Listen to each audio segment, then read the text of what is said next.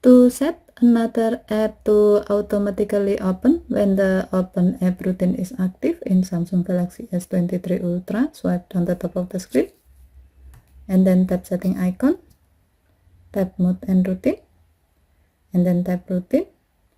While you are in the routine screen, tap open app routine.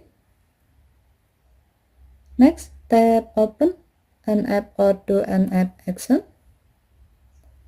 And then select the new app you like to be open automatically when this routine is active. As the example, we will select open calendar. And then tap done button to save the change. By doing this, now your phone will automatically open calendar at the specified time. Okay, thank you for watching. Have a nice day.